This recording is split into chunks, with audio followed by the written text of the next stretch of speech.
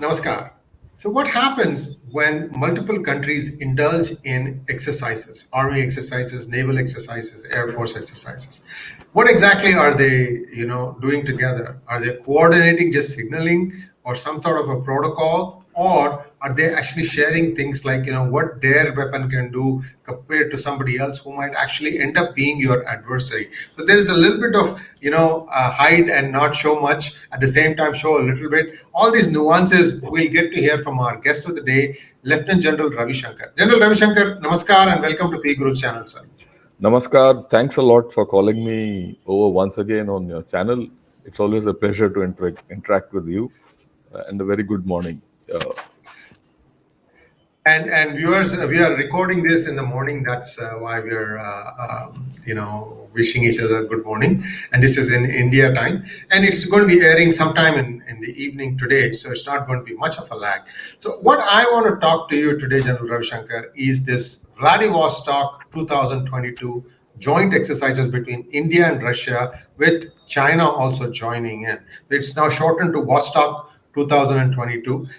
Kind of give us a scenario what really happens in some of these exercises. Should one read too much into it? Because promptly the United States has expressed its concern over this, whatever that might be. So kind of walk us through what exactly happens in these exercises.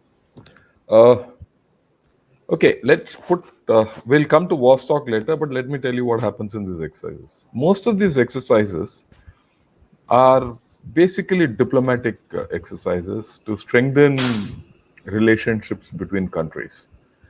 Right. My experience is unless uh, it is sustained over a period of time and more frequent, nothing much happens militarily. And I'll qualify it with examples down the line, but that's later. So it's more diplomacy. That's the first part of the story. It gives us a chance to evaluate the other armies, uh, which are or the other forces which are participating in such exercises. It also gives you a opportunity to showcase your force in an international scenario, right? And that international scenario needs to understand what you are, or you might deliberately underplay your hand. It's a double-edged sword. Okay, so you have to be careful in what you want to expose and what you don't want to expose. But the most important thing, as far as I'm concerned, out of these exercises which you get, you understand the character of the people with whom you participate, and you convey character. And we'll talk of this down the line. Uh, what people don't understand is most of these battles and military issues are fought between the mind, right? That is the more important thing. Uh, Otherwise, they hardly have any meaning. Uh, But having said that, let me also qualify a few things. There's a difference between when two countries cooperate at grassroots level to develop fighting capabilities as allies. There's a difference between two countries getting together, doing a lot of exercises, etc., to feed off each other strengths and vulnerabilities as partnerships, like we are now doing with USA. And there's a third level where you do exercises, which you go, so many people come, hand, do everything. This is more diplomatic, right? That is from my point of view and an Indian point of view. It's not necessary from others' point of view that we can discuss. Let me, uh, you know, take the bat straight away. As far as China is concerned, let's take this Vostok 2022. We have sent a detachment from 78GR. I mean, I don't know the strength, but it won't be more than a battalion strength. I don't think even a full battalion would have gone. It's a small this thing. Whereas China has sent more than 2,000 people. China has a dire necessity to send people into such exercises because they don't have capability or experience of war or modern warfare. That's not the case with us. Okay, so to that extent, uh, actually, I welcome this move to go participate in Vostok, irrespective of what US says. What US says is diplomatic. Maybe it's meaning something else, right? So this is my opening gambit. Um, uh, we can discuss any questions, because this is such a topic I can keep talking, but I would rather you lead me into questions. Yeah. First question is an easy one. What is the size of a battalion, sir? A battalion is about 700 to 800 people. Uh, Okay. right. Normally, a full battalion doesn't go. We don't. I don't know the exact strength. It's not come out in media, but a battalion group with a few others would go. Yeah. So, are there like these people prepped, like, for example, do's and don'ts, how to interact, what not to say, what to Yeah. say? Yeah. That is, look, before a battalion enters into a combat zone of, I mean, no, I won't say combat zone, it's not a combat zone, an exercise of with international ramifications. They put through training, they put through selection, they put through a lot of tests. It's not something which a battalion just goes and, does something on its own and all. The preparation could be as much as about 2 to 3 months to go and participate in this exercise, because whatever they do has international ramifications, right? In fact, way back 2008, 7, 8, we had to, my division had to send a unit to China, Kunming, for this hand-in-hand exercises which were going on. Now it's like, I think it's suspended. And from my artillery brigade, I had to send an artillery detachment along with the battalion which was going there. And so I mean, even to get to those few guys who were to go, we had to put them through training, selection, so that you project a good image of the country abroad. So answers the question. So your next question. So, what language will these countries converse in, sir? Yeah, that's the challenge, and that's the interoperability challenge. So you establish protocols if you have to, operate together. Okay. So you know how to talk to each other, how to exchange. They have different protocols. We have different protocols. When I say they, any other country, there are about 30, 40 countries that participate in this exercise. So you establish protocols, you establish communication systems, so you establish how to go about doing it. So you build channels of communications more.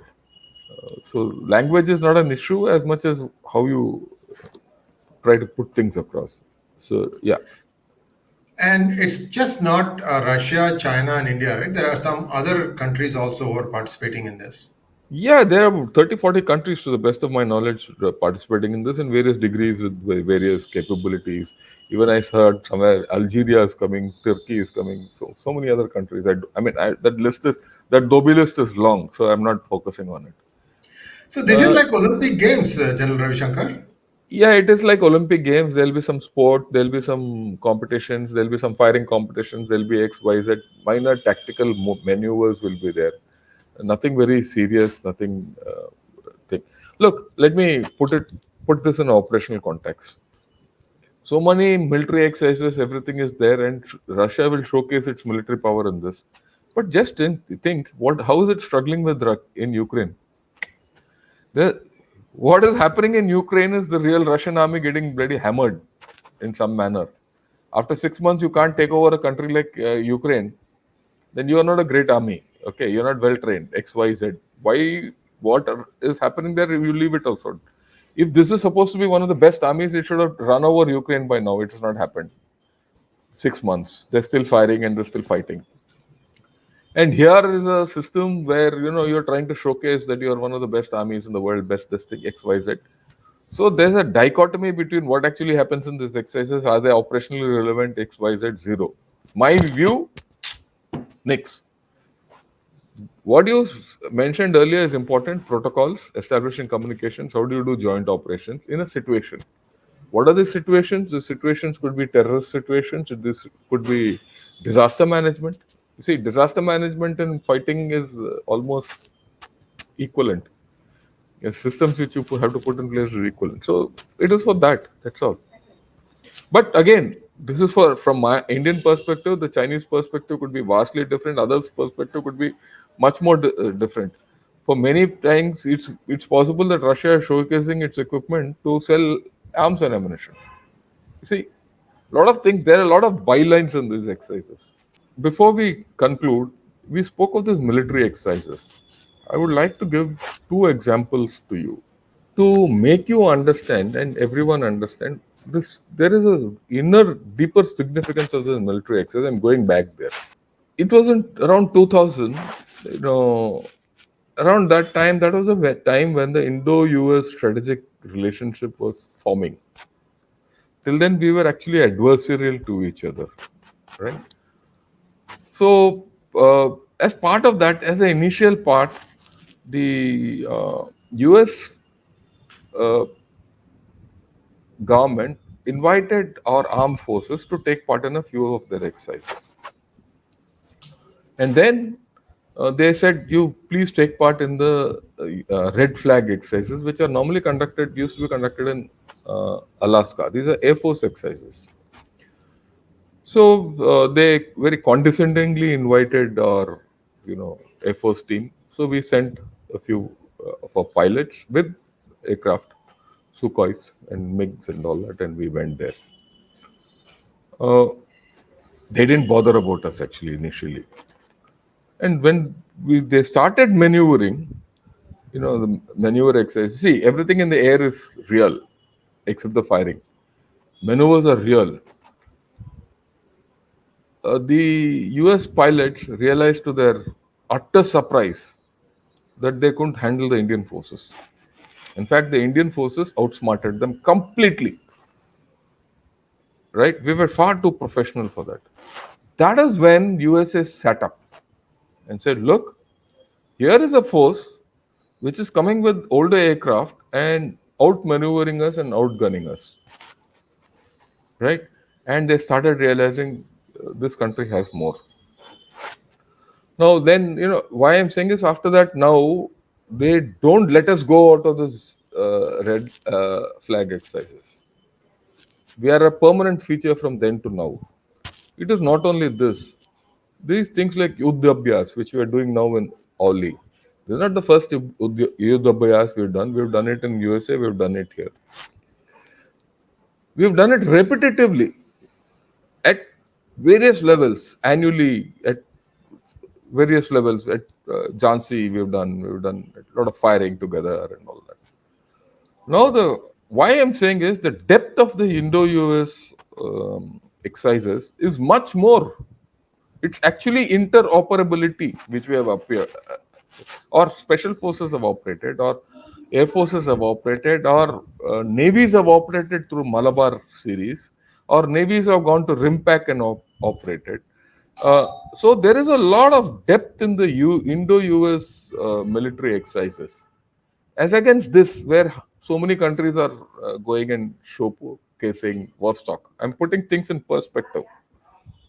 So what the diplomatic reaction of US is understandable, but for all they must be looking towards India to say, yeah, look what happened there, how good or bad the Chinese are, or the Russians are, or others. Okay, and what's more, there is a greater depth to the Indo-US military cooperation. We train them because they understand that our capabilities in high altitude and our capabilities in counterinsurgency and jungle warfare is very high. And I'm telling you this with some authority, right? And they look forward to us to, and we also, it's not as if it's a one-way street, it's a mutual relationship, because our men and people have gone and done exercises in US. Look, if I put a level, okay, the level and the depth of the Indo-US strategic exercises at this level, the Vostok and all is at this level. It's a difference, huge difference. Okay, so this is the first thing which I wanted to make sure. The second thing which I wanted to put across, I'll go back to my own experience. where we sent, I told you, we sent a battalion group. It actually half a battalion went to Kunming, and they spent a week there and participated in various events with the PLA. So why I'm making this point is it's very important for us to understand what I'm making now. So when they went, spent a month of a week, 10 days, and they came back. So this detachment which came back, I called that officer from from the artillery, and I said, "What did you learn there? What did you do out there?" He said, "Sir, we did lot of exercises. We did some basic things. We did firing together. We did some, other things, but nothing very significant, right? So nothing very significant." Then I said, "What did you learn from that exercise?" A lot of things we spoke, but what came out ultimately actually surprised me, right? We had chosen one battalion, right? And in that battalion of 700-800 people, we filtered them out, and ultimately, I think 200 or 300 people went. We put them through training, all that. Now, in the course of the discussion with the PLA, they asked, this is your the representation of your national army, this, that, and all. So this guy was a little confused. He said, "Why is this chap asking?" So he asked them. It emerged they had also put in about 200-300 people for that exercise. These 200-300 people in the case of PLA were handpicked from the entire PLA, whereas our chaps were handpicked from 700-800 guys only. I mean, you see the difference. So this officer told his counterpart there, we are just from one unit. Right? That chap couldn't believe. He says, "How can you be from one unit at the way you're operating? And here we have brought people from all over PLA." I hope I'm making a point. We have Yes, you are. Yes, you we are. have 450 such units. Any unit can send a team which can represent India in the international thing. That's not the case with other armies. If today 78GR is going for this, they would have handpicked people from 78GR only and sent. So that is when I realized, we all don't know unless we go out and participate in such exercises. What is our relative strength vis-a-vis others? Otherwise, we are frogs in the well. Yes, yes, yes. When you go out, you realize what your strength is. Why people ask India to come for these exercises? And for Russia, it's a matter of, more of diplomatic thing. And of course, we also have to strengthen and not forget the Indo-Russian friendship, right? That is why. So I hope I made my points. All conversations with you are pure gold. Viewers, please understand that we love to read your comments. Do send us your comments. I know your comments are very thoughtful and insightful. I think we learned a lot in this particular conversation. Don't look at just 3 lines, 4 lines, and make up your mind. That depth, that critical thinking is required. And I hope this video has given you that tool how to critically think at something, because that will make you much better at making your life decisions. Thank you very much, General Ravi Shankar. Once again, a pleasure having you, sir. Namaskar. Namaskar. Thank you.